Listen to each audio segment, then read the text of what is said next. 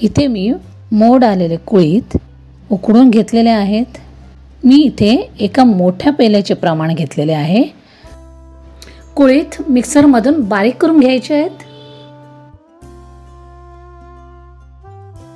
परातीमध्ये 2 cup गव्हाचे पीठ घेतलेले आहे।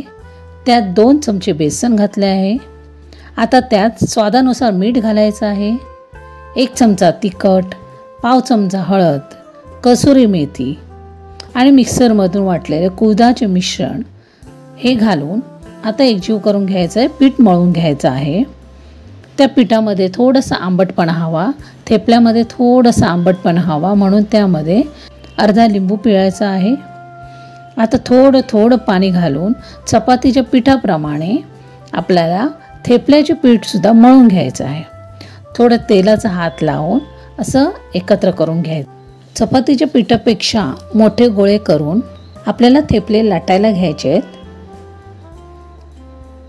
असे व्यवस्थित थेपले लाटून घ्यायचे आहेत पीठ लावून। आता थेपला लाटला गेला की काट्याच्या साहाय्याने मध्ये मध्ये इथे टोचून घ्यायचं आहे, म्हणजे थेपले आतून सुद्धा शिजले जातील। तवा तापत ठेवायचा आहे आणि तवा तापला की त्यावर थेपला घालायचा आहे। थोडं थोडं तेल सोडून आणि असं व्यवस्थित दाबून आपल्याला थेपला शेकून घ्यायचा आहे। इथे मी तेल वापरलं आहे, तुपाचा वापर केला तरीही चालेल।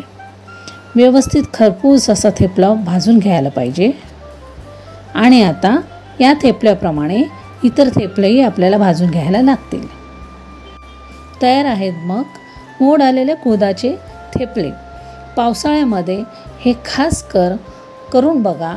ही रेसिपी नक्कीच तुम्हाला आवडेल।